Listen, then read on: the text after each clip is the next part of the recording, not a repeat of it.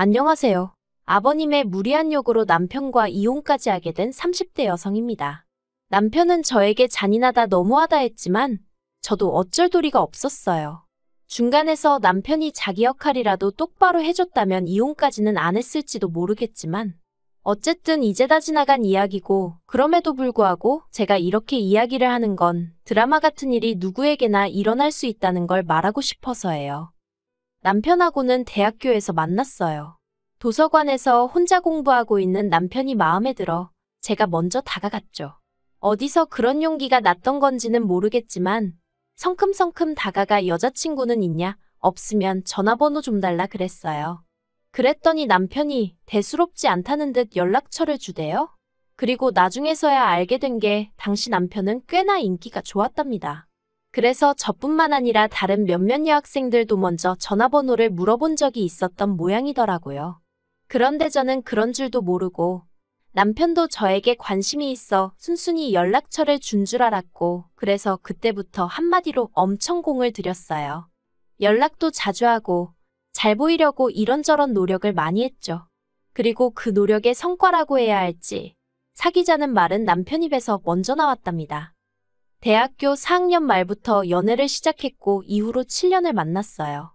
만나는 동안 어느 다른 연인들처럼 다투기도 했고 헤어진 적도 있었죠.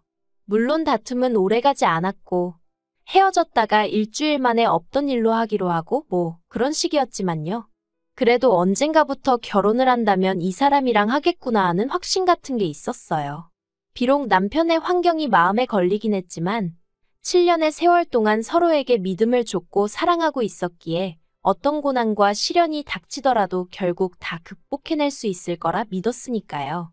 남편에 대해서 좀 더 이야기해보자면 남편의 환경, 특히나 가족관계가 무척이나 복잡했어요.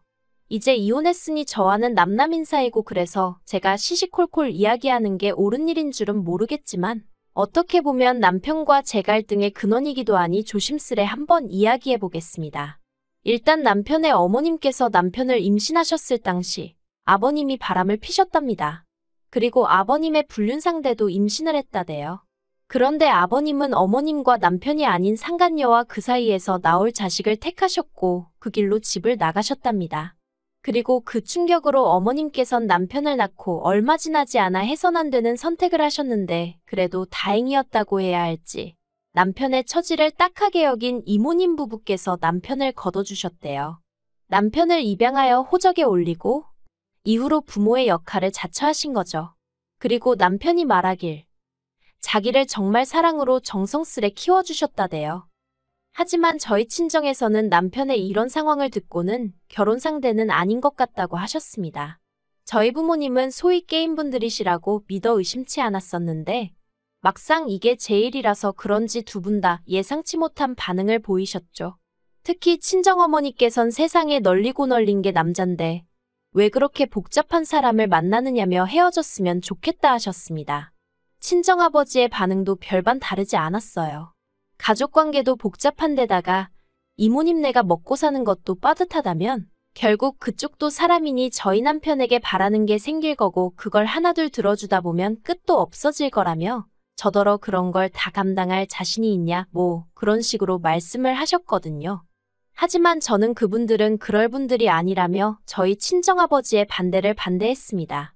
친정어머니한테도 가족관계라는 건 남편이 선택한 것도 아니고 남편의 실수로 만들어진 것도 아닌데 그 책임을 왜 남편에게 묻냐 불공평하다며 따졌죠. 정말 눈에 뭐가 씌어도 단단히 씌었던 건지 이 세상에 친정부모님만큼 나를 생각해주고 걱정해줄 사람은 없다는 걸 깜빡 잊었었던 모양이에요. 결혼할 때 이모님네한테 따로 받은 지원은 없어요. 남편이 말하길 이만큼 키워주신 것도 감사한데 차마 장가간다 한 푼만 도와달라 소리는 못하겠다 했거든요. 그리고 저는 그런 남편의 입장을 이해해주기로 했습니다. 솔직히 경제적인 부분은 제가 어느 정도는 메워줄 수 있는 능력이 있었으니까요. 참고로 저희 친정아버지는 직원 수 60여 명의 사업체를 운영하고 계셨고 그 회사는 제가 물려받기로 되어 있었어요. 아무튼 그렇게 신혼살림은 제가 원래 살고 있던 아파트에서 시작을 했고 이후로는 한동안 크게 특별할 것 없는 무난하지만 행복한 하루하루를 그려나갔습니다. 그런데 결혼한 지 1년 만에 남편이 회사를 관두면서 상황은 제가 예상치 못한 방향으로 흘러가기 시작했네요. 남편은 제약회사 영업사원이었는데 사실 대학교를 졸업하던 당시만 하더라도 남편의 목표는 이쪽이 아니었어요. 하지만 아무리 노력해도 나오지 않는 어학 성적 때문에 애시당초 지원할 수 있는 회사가 많이 없었죠. 그리고 그나마 지원한 몇 개 안 되는 회사에서도 긍정적인 연락은 오지 않았고요. 그래서 어쩔 수 없이 대학 졸업 2년 만에 지금의 제약회사에 들어갔던 건데 적성에 안 맞는다며 그때부터 힘들어했던 게 사실이에요. 그리고 그럴 때마다 저는 남편에게 지금도 늦지 않았으니 다른 분야에 도전해봐라, 뭔가 배워봐라, 나름대로 이런저런 조언을 건넸는데 남편은 제 말을 그다지 귀담아 듣는 것 같지는 않더라고요. 그래서 저도 자기 나름대로 생각이 있으니 저러겠지 했는데 결혼하고 정말 1년 만에 저랑 상의도 없이 하루아침에 회사를 박차고 나온 거였죠. 황당해서 앞으로 어쩔 생각이냐 물었습니다. 이직을 할 생각이면 이직할 곳을 알아놓고 관둬야지. 아무 계획도 없이 그렇게 내키는 대로 행동하면 어쩌냐고. 당신은 이제 총각이 아니고 나와 같이 이 가정을 꾸려나가야 하는 가장이라고 화도 냈네요. 하지만 남편은 묵묵부답. 그렇게 저희는 결혼하고 처음 크게 다투고 서로 실망하고 그때부터 한마디도 나누지 않았어요. 서로를 마치 투명인간처럼 대했다고 할까요? 처음엔 솔직히 너무 불편하고 그냥 져줄까 싶기도 했는데 아무리 따져봐도 남편이 경솔했단 생각밖에 들지 않아 도저히 져줄 수는 없겠더라고요. 그리고 결국 일주일째 되던 날인가 평소처럼 출근하던 저를 남편이 붙잡더니 잠깐 얘기 좀 하자대요. 그렇게 식탁에 마주 앉고 남편이 잠깐 저를 바라보더니 솔직히 말하겠답니다. 자긴 원래 성격이 내성적이기도 하고 그래서 영업일을 하는 동안 정말 죽을 맛이었대요. 사장님 딸로 일평생 살아온 저는 모를 거라면서 사람들한테 이리 치이고 저리 치이고 거절당하면서 얼마나 상처를 받았는지 모른다나요. 그러면서 저더러 왜 자기를 이해해주지 않냐고 서운하다 하는데 남편의 주눅든 모습을 보고 있으니 왠지 미안하기도 하고 그래서 남편에게 물었습니다. 난 단지 앞으로 당신이 뭘 할 건지 그 계획이 궁금한 것뿐이라고요. 그랬더니 남편이 그래서 말인데라며 말문을 열더니 혹시 장인어른 회사에서 내가 일할 수는 없을까 하고 묻는 거예요. 솔직히 정말 그 말만은 안 했으면 했습니다.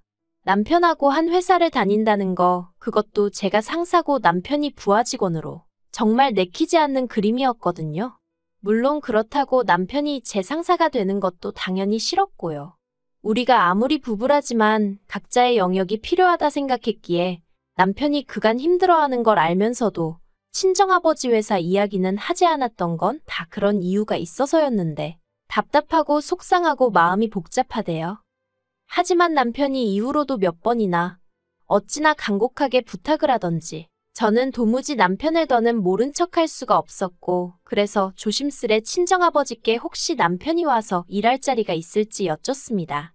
그리고 제 이야기를 듣곤 친정아버지 또한 꽤나 불편해하셨어요.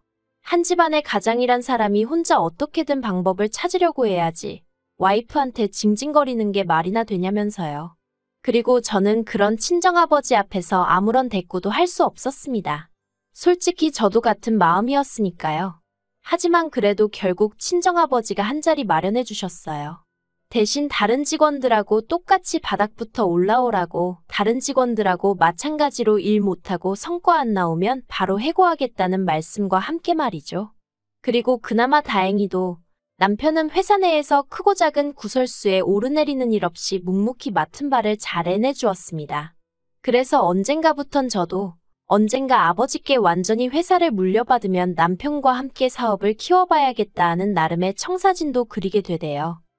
그런데 왜 좋은 일은 꼭 나쁜 일하고 같이 오는 건지 그렇게 저희가 결혼한 지 3년째 되던 해였습니다. 이모님 생신이었고 그래서 남편과 함께 이모님 댁을 찾았는데 이모님 표정이 왜인지 하루 종일 어둡기만 하더라고요. 그리고 그건 이모부님도 마찬가지셨습니다. 그래서 참다 못한 제가 저희한테 무슨 하실 말씀이라도 있으신 거냐 물었더니 한숨을 깊게 내뱉으시고는 남편의 아버님한테 연락이 왔답니다. 저는 처음에 제가 뭘 잘못 들은 줄 알았어요. 그래서 누구요? 하고 되물으니 맞게 들었다고 어머님과 남편을 버리고 상간녀와 그 자식을 따라 나가셨던 아버님한테 전화가 왔었다고요. 저도 저였지만 남편을 바라보니 얼굴이 허옇게 질려 있었습니다. 그리고 이후로는 솔직히 무슨 이야기가 오갔는지 기억도 잘 나지 않아요. 이모님하고 이모부님은 복잡한 표정을 하고 계셨고 남편 또한 그 속내를 읽기 어려운 얼굴을 하고 있었으니까요. 그리고 저는 그 세 사람에 비할 바는 아니었지만 그래도 역시나 놀랐던 게 사실입니다. 그래서 그냥 음식도 입으로 들어가는지 코로 들어가는지도 모르겠고 정말 정신이 하나도 없이 있다가 집에 왔어요. 그리고 며칠 뒤 남편이 아버님과 만나기로 했다며 나갔다 왔는데 이후로 정말 몇 날 며칠에 말 그대로 죽상을 하고 있더라고요. 그래서 보다 못한 제가 도대체 무슨 일이냐고 물었더니 그제서야 한다는 말이 아버님이 대장암이시래요. 그러면서 하나밖에 없는 아들 생각이 나서 찾아왔다며 지금부터라도 같이 살자 하시더랍니다. 어이가 없어서 어떻게 그러실 수가 있냐고 제가 화를 냈어요. 당신 태어날 때 옆에 계셔주시지도 않으셨다면서 이모님한테 양육비 한번 보내주신 적 없으시다면서 갑자기 이제 와서 왜 그러시는 거냐니까. 상간녀하고는 진작에 이혼했고 상간녀와의 사이에서 낳은 애도 상간녀가 데려가 버려서 연락이 안 닿는다더랍니다. 그리고는 솔직히 그쪽에는 별로 정이 없었고 마음속으로는 늘 돌아가신 어머님과 저희 남편에 대한 미안함과 그리움 뿐이었다나요. 듣는 내내 어이가 없어서 남편한테 당신은 그 말을 믿는 거냐니까. 자기도 모르겠대요. 그리고 일단 당장은 편찮으시다 하니 뭐 하나 제대로 따지고 들 수도 없다면서? 그래서 제가 나는 화가 난다 했어요. 버릴 땐 언제고 이제 와서 아쉬우니 당신을 찾아오셨는가 본데 정말 이해가 안 된다 했죠. 그런데 그때 남편이 그래도 사람이 암이라는데 저더러 말 좀 조심하랍니다. 어이가 없더라고요. 이제껏 10년 넘는 세월을 남편 편에 서 있던 저인데 그런 제가 그 정도 말도 못하나 싶은 게 서운하기도 했고요. 그래서 알겠다고 당신 알아서 마음대로 하라고 했어요. 하지만 행여나 여기서 모시고 살 생각은 꿈도 꾸지 말라 했습니다. 당신한테는 어떨지 몰라도 나한테는 생판남이나 마찬가지인 만큼 가치는 못 산다 했죠. 그랬더니 남편이 알겠다면서 혼잣말인지 저들으라고 하는 소린지 병원비는 어떻게 해야 하지 않은데 진짜 우라가 치민다는 게 이런 건가 싶더라고요. 그런데 얼마 후 저는 더욱 황당한 소식을 접하게 되었습니다. 저희 회사에는 임직원들을 위한 대출 제도가 있어요. 회사 복지 차원에서 1억까지 저금리로 대출해 주는데 보통 주택을 사거나 할 때 많이들 쓰더라고요. 물론 제가 그 대출을 쓸 일은 없었지만요. 그런데 하루는 화장실에 갔다가 여직원들끼리 이야기하는 소리를 듣게 되었는데 저희 부부 이야기가 나왔습니다. 저희 남편이 사내 대출 신청을 했던데 이상하지 않냐면서 장인하고 와이프가 운영하는 회사에서 사내 대출이라니 웃기네 어쩌네. 그래서 제가 문을 열고 나가 방금 한 이야기가 뭐냐고 물으니 여직원들이 잠시 당황한 듯 하다가 아무것도 모르셨냐 묻더니 구구절절 설명을 해주더라고요. 남편과 같이 퇴근을 했지만 집에 오는 내내 저는 한마디도 하지 않았습니다. 머릿속을 정리할 시간이 필요했거든요. 그리고 남편도 지가 구린 짓을 해서 그런가 제 눈치를 살살 보는 것 같았습니다만 제 알바는 아니었죠. 아무튼 집에 도착하자마자 남편에게 대출 신청은 왜 했냐 물었습니다. 그러자 남편이 얼굴이 허옇게 질려서는 이내 난감한 표정을 짓고는 한다는 말이 그러면 뭐 죽어가는 아버지를 모른 채 하라는 거냐며 난데없이 저한테 화를 내는 거예요. 참나 황당해서 그럴 거면 당신 능력으로 도와드리라 했습니다. 왜 사람들 입방아에 오르내리게 사내 대출을 끌어다 쓸 생각을 하냐고 당신 와이프랑 장인어른 입장이란 건 생각도 안 하냐 했죠. 그랬더니 저더러 정말 못됐다면서 지금도 오로지 생각하는 건 자기 자신하고 장인어른뿐이고 남편이나 편찮으신 아버님은 안중에도 없다는데 아니 언제부터 자기가 아버님하고 그렇게 애틋한 사이였다고 저러나 싶은 게 황당해서 말이 안 나오더라니까요. 그런데 남편은 작정이라도 한 듯이 쉬지 않고 말을 이어갔습니다. 왜 이모님 이모부님한테는 부탁하지 않아도 척척 잘만 해드리면서 아버님한테는 그렇게 냉정하냐는 거예요. 저는 저 사람이 미쳤나 싶었어요. 이모님하고 이모부님이 자기를 얼마나 애써 키워주셨는지 자기가 나한테 얘기해놓고 아버님이 자기 버리고 갔단 얘기도 자기가 나한테 해놓고 이제 와서 왜 나한테 이모님네한테만 잘하냐고 따지는 게 말이 되나 싶어서요. 그래서 제가 남편더러 도대체 하고 싶은 말이 뭐냐니까 바라는 거 없답니다. 그냥 해달라는 1억만 좀 해줬으면 좋겠대요. 그걸로 치료받고 어디 방 한 칸이라도 마련해서 사시게 해드리고 싶답니다. 그러면서 그 돈을 저한테 해달라는데 제가 너무너무 속 터져서 당신 정말 제정신이냐니까. 그래도 자기한텐 하나뿐인 아버지인데 모른 척은 못하겠답니다. 마음 같아선 모시고 오고 싶지만 그건 제가 죽었다 깨어나도 안 된다 하니 어쩌겠냐면서 저더러 저도 좀 양보를 하고 남의 입장도 생각 좀 해버릇하라나요. 저는 도무지 끓어오르는 화를 주체할 수가 없었고 그래서 남편더러 아버님인지 나인지 둘 중 한 사람만 선택하라 했어요. 그랬더니 남편이 갑자기 그건 또 무슨 소리냐면서 짜증을 내길래 나는 도저히 당신이 이해가 안 된다 했죠. 그리고 말이 나왔으니 말이지만 솔직히 처자식 버리고 도망갔던 사람이 내 아버님이라는 것도 너무 싫다 어디 가서 말도 못하겠다 했어요. 그나마 연락이 닿지 않는다니까 모른 채 살았다니까 남편은 그런 아버지 밑에서 자라지 않았으니 다행이다 싶어 계속 연애했고 결혼까지 한 거지. 만약에 그런 아버님 밑에서 줄곧 자란 사람이었다면 연애는 몰라도 결혼은 절대 하지 않았을 테니까요. 아무튼 남편은 둘 중 한 사람만 택하라는 제 말에 끝까지 제대로 된 답을 내놓지 못했고 그래서 저는 결국 남편과 이혼을 결심했습니다. 남편더러 효심이 끌어올라 주체가 안 되는 모양인데 그럼 어쩌겠냐고 아버님한테 가서 살아야 하지 않겠냐 했죠. 그리고는 빠른 시일 내에 정리할 거 정리해서 내 집에서 나가달라 했습니다. 회사도 당장 내일부턴 출근하지 말라고 했죠. 그리고 남편은 남편대로 그렇게 일순간에 마음 정리하고 돌아선 저에게 놀라기도 했고 자기 말로는 너무 무섭더라나요. 그래서 저희는 순식간에 이혼 서류에 도장 찍고 그렇게 남남이 되었어요. 10년 세월이 무색하리만큼 정말 모든 게 빠르게 진행되었죠. 이모님과 이모부님은 무척이나 안타까워하시며 어떻게든 제 마음을 돌리려고 애를 쓰셨지만 보시다시피 잘 안 됐어요. 남편이 더 이상 이모님 내외의 말을 귀담아 듣지 않고 오로지 아버님 한 분만 바라봤으니까요. 그리고 그런 남편을 앞장 세우고 아버님은 나날이 더 기고만장해지셔서 이모님에게 소식을 전해 듣기론 내 자식한테 부모 행세하며 효도받지 않았냐고 그거 다 토해내라 그런 말씀까지 들으셨답니다. 정말 아무리 남편을 세상에 있게 해주신 분이라지만 인간 말종이 따로 없다 싶었다니까요. 그런데 왜 모두가 보는 걸 남편만 못 보고 저렇게 돼버린 건지 그래도 함께한 세월이 있어서 그런가 그런 남편을 생각하면 마음이 좋진 않아요. 그래도 어쩌겠어요.